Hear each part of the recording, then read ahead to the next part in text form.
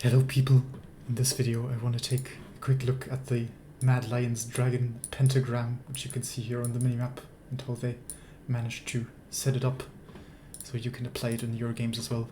And the whole sequence starts a few minutes earlier, as per usual, when the bot lane of BDS plays according to their plan and shoves out, as you can see, the third wave here, the cannon wave. And they are going to end up crashing this wave, and the wave will bounce back. And then at that point, BDS bot lane has two options. They can either choose to recall and go back to base and give Mad a push out, or they can try to stay in lane and keep shoving in waves, which has the advantage that they will get more gold on the base and they can keep Mad stuck in lane for longer. And BDS choose to go for the second and riskier option. And as you can see here, we don't get the full information sadly, but as we can see by Hildesang's positioning, they fucked this up somewhat, because had they done it correctly, they would now have a bigger wave to hide behind and they would be able to stand up, and Hildesang would have to be here. But Hildesang managed to get the position behind BDS's minion lane, minion wave, and Crowny and Labrov, and now has an excellent hook angle which he utilizes and gets a pick onto Labrov.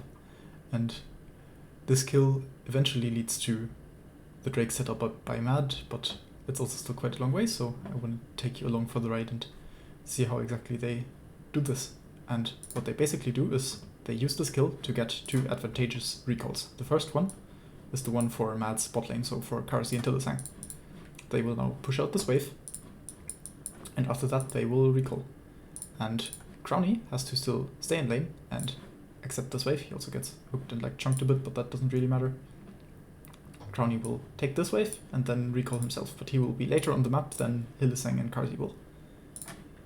And Hildesang and Karsi will both immediately sprint mid lane, Hildesang directly, and Karsi just to hover in case anything goes on, so he can still catch the bot wave afterwards. And they will end up giving Niski the same advantage they just got. So Niski will now be able to crash this wave unimpeded, and he will be able to take his own recall and TP back to lane, while Nuke still has to stay in lane and receive the wave before he can recall. And all of this, in combination with Karsi being on bot again and pushing that in, Hildesang is free to just walk into the jungle and place all the wards he would ever want, and that is how we end up with our beautiful ward structure here, which we barely cannot see completely on the screen, but still quite a funny way to set up a dragon. And the last cool thing that Mad Lions does is they utilize the Blitzcrank W to start off the Drake, and it does quite a lot of damage, as you can see.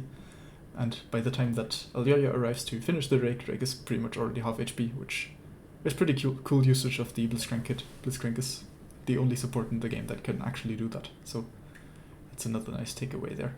And yeah, I hope now you're also able to draw pentagrams in your League of Legends games to take Drakes as well.